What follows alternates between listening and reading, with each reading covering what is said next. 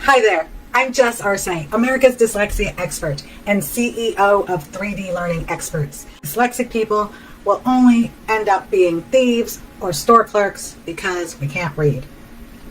But when I was in high school, I tried to go to a school that in New York City was called City As, and it was a school you had to be accepted to, but it was a public school.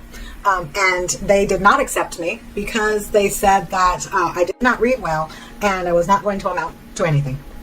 And so I was not a good candidate to take up a seat in their school. Well, one of my missions, I guess, was to prove them wrong. I forgot years ago about this, so, I didn't spend the rest of my life doing that. But I definitely think I have proved them wrong. So my point of this topic is people assume that because we may not be the fastest reader or the strongest reader or the best reader, that we will not amount to anything. However, that is so untrue. Dyslexic people have gifts. Many times when parents discover their kids have dyslexia, they don't realize that we have gifts as well as struggles. However, we do. And that's one of the things that my tutors and myself focus on helping our students understand is that we may struggle with reading or spelling or writing or math. However, we have gifts that other people do not have. My gift is my entrepreneurialism. I've been an entrepreneur since I was age 10. When my friend in elementary school and I went dumpster diving, she lived in Soho, and across the street was a factory that made these cute little books.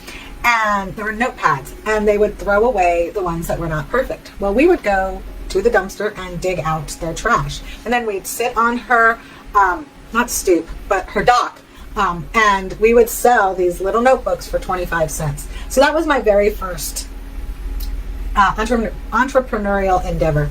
And then I started working. I rode my bike to the South Street Seaport when I was 11, and I had my first job where I worked for a woman who owned her little booth at the seaport, and I would give her a break during the summertime. And so that wasn't running my own business, but at age 11, I was selling products, and I'm pretty sure I was pretty damn good at it. And then by age 14, my elementary school teacher,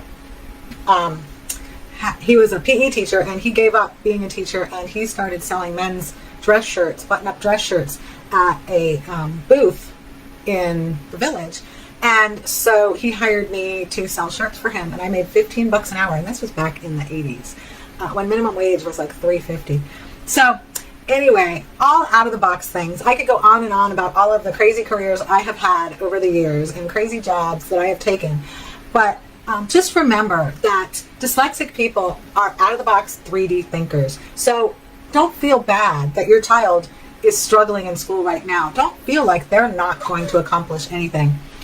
My husband, who at the time was not reading nearly as well as he does now because he hadn't had tutoring yet, when he was 28 years old, he was making $250,000 a year selling mortgages. So we are successful people. We can be successful people.